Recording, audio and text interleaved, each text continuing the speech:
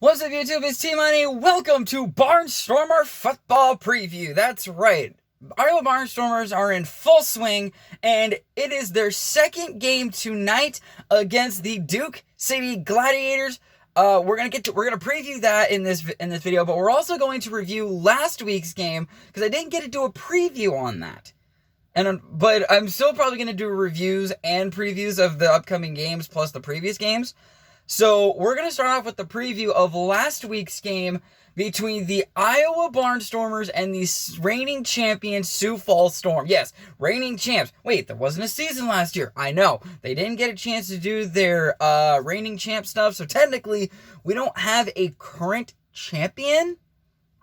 If you want to go that route, but we also technically the most previous champion is the Sioux Falls Storm, being the Arizona Rattlers 2 seasons ago. We'll get to that here in a second. The preview of the Barstormers and Gladiators game. But right now we're going to talk about Barstormers and Storm. Last week, me and my lovely fiance, Mystic Blue Queen, were actually sat down and watched the game in full. And oh my gosh, back and forth this game went. Starting off with, who do we got here? That's first down. Nope. We're going to start off with individual stats because that's where where all the stats basically are the most important. So we're going to start off with the passing yards. Now, passing was kind of odd to see at this year so far. But it's normal. It's normal, but when it comes to like how it normally is in the Indoor Football League, last week it was kind of off. And I don't understand why, but looking at the passing percentages for both quarterbacks, both of them had pretty decent I wouldn't say pretty decent completions, but it was their first game in over how long?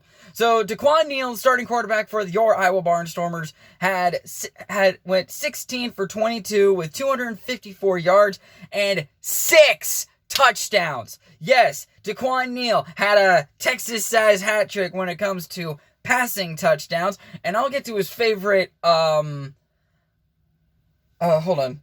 I'll get to his favorite, what's the word I want to look for here? His favorite, wide receiver that he passed to here in just a second. Lorenzo Brown, returning to the Sioux Falls Storm once again, had a pretty decent game too. He went 12 for 26 for 133 yards with 1 touchdown and no interceptions. By the way, DeQuan Neal had 6 touchdowns. Oh, I did say that. Sorry. Their longest throw of the day for both players, DeQuan Neal had a 43-yard reception, and Brown had a 24-yard reception. Now, 24 yards is not that much. That's barely half the field if you're not counting the end zones, but still, 24 yards is still pretty long when it comes to indoor football, with the field only being 50 yards long minus the end zones, because the end zones are sometimes different depending on what arena you're in. Because sometimes the arenas that they play in are actually also used for hockey. Like the Iowa Barstormers, for example, they use Wells Fargo Arena as their home stadium. The Iowa Wild also use that stadium as their home stadium. So all they do is just leave the boards up, and then it curls in at the corners, just like how a hockey arena would do. Like I said, it's a little difficult like if you're measuring the corner of the end zones. The only one arena that I know of, actually there's a multiple that I know of. The one that I do know of that's really famous is the Snake Pit in Arizona, the Arizona Rattlers. That's a normal corner-to-corner football field, 50-yard football field. Pretty sure it's a 10-yard end zone. Like I said, I'm not 100% sure. I don't know the statistics about that, but that's beside the point. Getting onto the rushing, DeQuan Neal had 7 attempts for 40 yards, 6-yard loss with 49 yards and averaging 5.7 yards per run. Lorenzo Brown had some runs too. It's 8 attempts for 16 yards, 12 yards being lost, so he technically only mustered up 4 yards total. One rushing touchdown with averaging 2 yards per run. The heavy hitters for the runs for the Barstormers was Evan Owens. Holy shit. He had 8 attempts for 24 yards. No losses. He did not get stuffed in the backfield. Owens did get 1 touchdown and averaged 3 yards per run. Now, the player of the game when it comes to the rushing yards does belong to the Sioux Falls Storm. 11 attempts, 66 yards, 2-yard loss for 3 touchdowns and averaging 6 yards per game. That title goes to Nate Chavis. I'm actually kind of excited on how this guy's going to play if this guy can keep up what he's doing. Yes, I know. I'm a Barstormers fan, but you got to give credit where credit is due. There was 2 more runners for the Storm. Alonzo Moore had 1 attempt for 11 yards, and Brandon Shepard had 1 attempt for 3 yards. And the Barstormers had 1 extra attempt run. It was for 1 yard, and that's basically all it was. Now, let's get on to the receiving stats. Now, this is the stats that I'm actually really excited to read. We're going to save the best for the last here. So, Con Hollenbeck had 5 receptions for 70 yards, 1 touchdown. His longest reception was 26 yards. This is the Barstormers. I'm starting off with the Barstormers. Bayou Tanner had 3 receptions for 38 yards, 2 touchdowns, and his longest was 26 yards. Evan Owens, yes, Evan Owens, the Iowa's best runner. He got into the receiving game last week as well with 2 receptions for 18 yards. His longest was 14. The player of the game that goes to reception belongs to Andrew Mahoney, or as I called him, Mahoney is now my homie. Don't ask why I did that. Andrew Mahoney had 6 receptions for 128 yards and 3 touchdowns. His longest was Daquan Neal's longest pass was 43 yards. He was wide open. Like, I don't even know how wide open you could have gotten, but my God, you don't leave a guy wide open like that and expect not to get scored on. Switching over to the Sioux Falls Storm, Brandon Shepard has 6 receptions for 72 yards. 24 yards was his longest, which was Lorenzo Brown's longest pass. Damian Ford had 3 receptions for 22 yards. His longest reception was 12 yards. Alonzo Moore, who had the one run for the Storm, had 2 receptions for 11 yards, 1 touchdown. He was the only person who scored the touchdown for the Sioux Falls Storm via the air. And 9 yards was his longest. Chavius Nate had 1 reception for 8 yards, and his longest was 8 yards. So moving on to the box score here. We had basically a clean game when it came to turnovers. There was only 1 turnover, and it was the game-sealing touchdown for the Iowa Barstormers to make the final score of 56-36. Looking at the score by quarter, the Barstormers opened up the scoring. Actually, we're going to go through the scoring. Right? Is this scoring? Yes, this is. We're going to open up the scoring because there was a lot of them. So, Iowa's Brandon Taylor. I'm thinking baseball. No, not baseball. I don't know who he played. I think it's baseball. Either way. Bayou Tanner had a 26-yard pass from Daquan Neal. That drive was 7 plays for 39 yards. For time of possession was only 4 minutes. So the Barstormers did not keep the ball for long. That opened up the goal scoring. Oh my God. There's a hockey jersey behind me. Blame me. Blame the Iowa Wild jersey. We're talking Barstormer football. Not Iowa Wild hockey. That season's done. next up, the scoring. Like I said, the scoring went back and forth. There was only one time where the same team scored twice in a row, and we'll get to that later. Sioux Falls' Nate Chavis had a 4-yard run with a Vinatieri. Matt Vinatieri, right? I believe it's Matt Vinatieri. Hold on, I want to make sure. I gotta make sure. Hold on. Special team. Sioux Falls Storm. Here we go.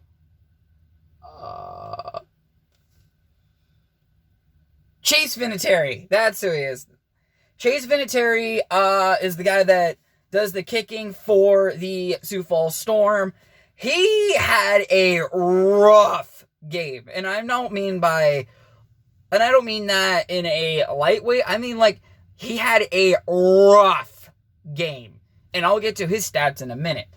Actually, let me go ahead and do his stats now since... Actually, no. I'll get to them later. Vinatieri... his name's right there. Chase Vinatieri missed the extra point. So, 6 plays for 42 yards. Total time possession of 3 minutes and 51 seconds. Score is 7-6 in favor of your Iowa Barstormers. Now, Connor Hollenbeck. 20-yard pass from Daquan Neal. Nathan Criswell with the extra point. It is good. 4 plays, 21 yards, 3 minutes, and 21 seconds of possession. Barstormers take a 14-6 lead. That wrapped up the first quarter. Second quarter, the Sioux Falls Storm down near the goal line, and that's where they're the most dangerous. Alonzo Moore had a 2-yard run Alonzo Moore caught the pass from Lorenzo Brown. Chase Vinatieri kicks the extra point. 8 plays, 42 yards, time of possession of 4 minutes and 44 seconds. There's the meme. 14-13, Barstormers still on top because of the earlier missed extra point. Andrew Mahoney, for 2 plays. This was a 2-play drive. Ready?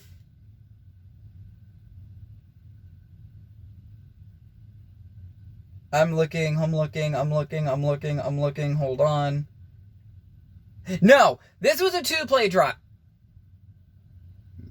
I guess I could just read the stat because it says 2 plays. Ignore that. Andrew Mahoney, 43-yard pass from Daquan Neal. Nathan Criswell with the extra point. It is good. A 2-play, 36-yard drive for 52 seconds. Yes, 36 yards. The first play ended up dropping them back a couple yards. So the drive started in a different location, and then it went back, and then Mahoney somehow got wide the hell open. I don't even know how. Actually, no, that's the next time. Hold on. Rewind. Either way, 21-13 is the score now, as Sioux Falls did not stay away that easily. Nate Chavis with a 19-yard run with a Chase Vinatieri failed kick. That went 2 plays for 9 yards. Wait, 2 plays, 9 yards.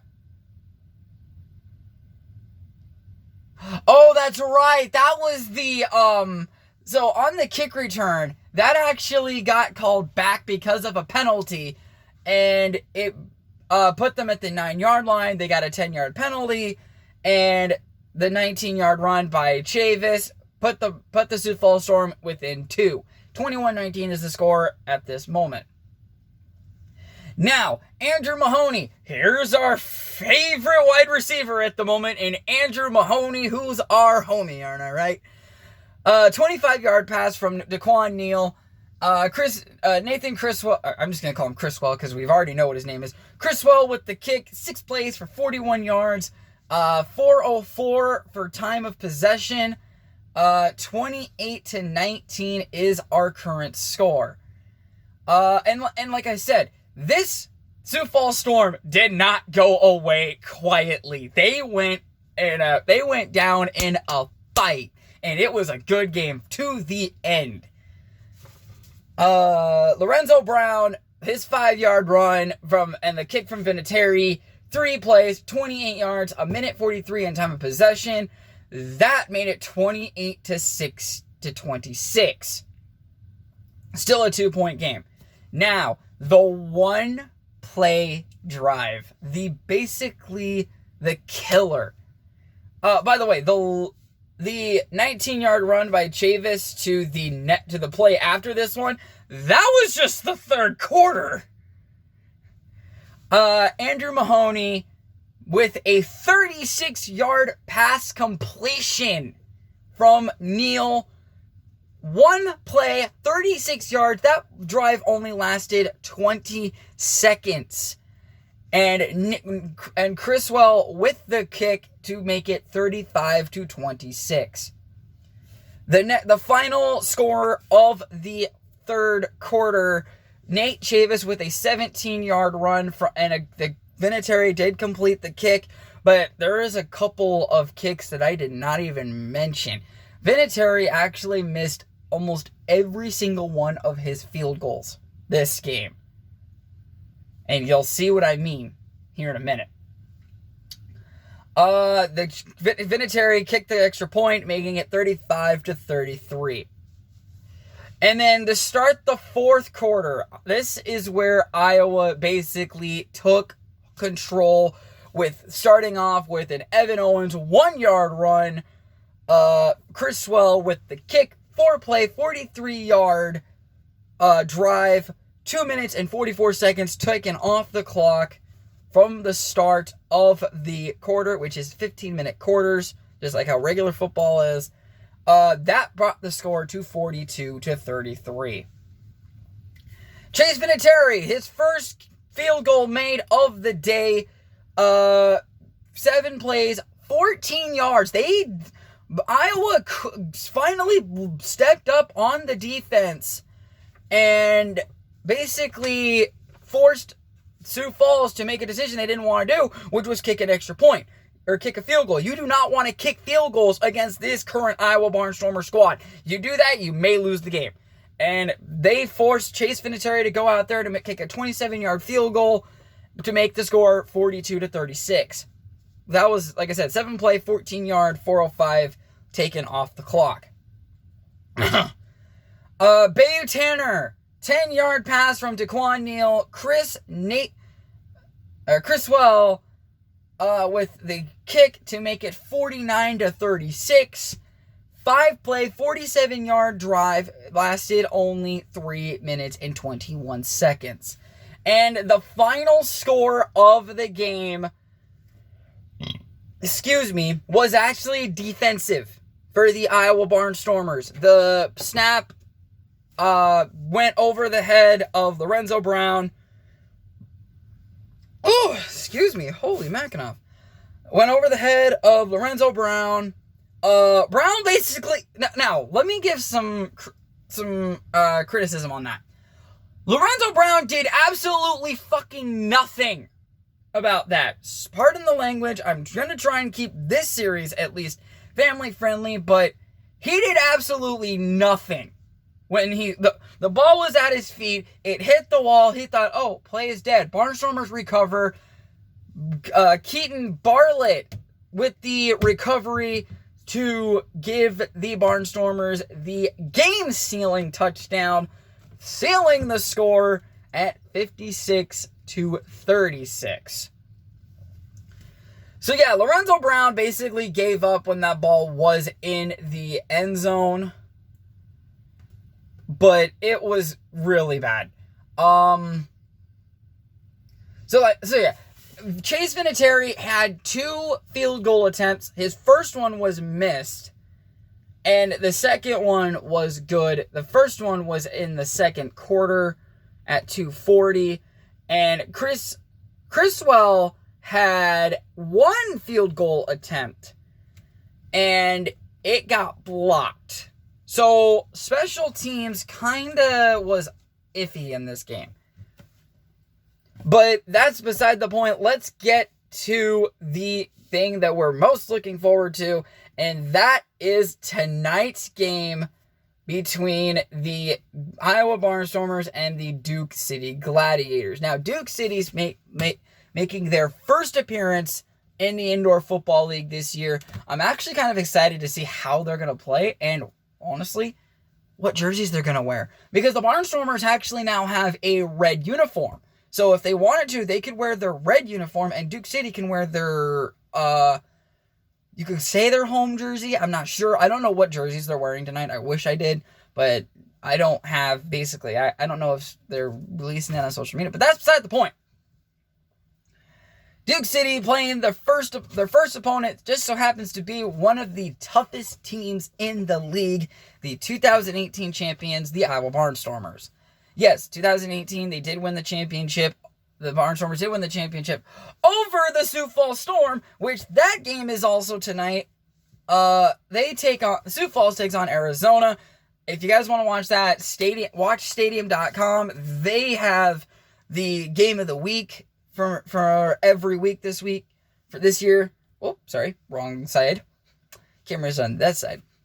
But yeah, if you guys don't want to watch the Rattlers and Storm game, that's fine. We have a bunch of other games going on this week. Tucson and Green Bay, that happened last night. Green Bay took down Tucson. Frisco at Louisville, Northern Arizona at Bismarck, Spokane at Massachusetts, and Duke City at Iowa. All those games will be live on YouTube. Just look up the Indoor Football League on YouTube. All of the games are already ready to be streamed. So if you guys want to check them out, that's a really good league to watch. Need that football itch? Start scratching. The Indoor Football League is back, baby. And yes, I know, I'm wearing an Arena Football League jersey when the Barstormers were in the Arena Football League, but I don't know how to get this crest fixed. And I don't want to get this crest fixed because this is nostalgia. But yeah, guys, that's going to do it for the video. I hope you guys are ready for this series because this is going to be the first of every year from now on because the Barstormers are not going anywhere anytime soon. But the only reason that this preview is a little bit more shorter than what the other ones are going to be is because of the fact Duke City has not played a game yet. This is their first game. So we'll do the review and the preview every week. So guys, until next week, I got a fever. And the only prescription is more cowbell. Ring them cowbells. Go support your local Iowa Barstormers. And guys, I will catch you guys later. Go Stormers!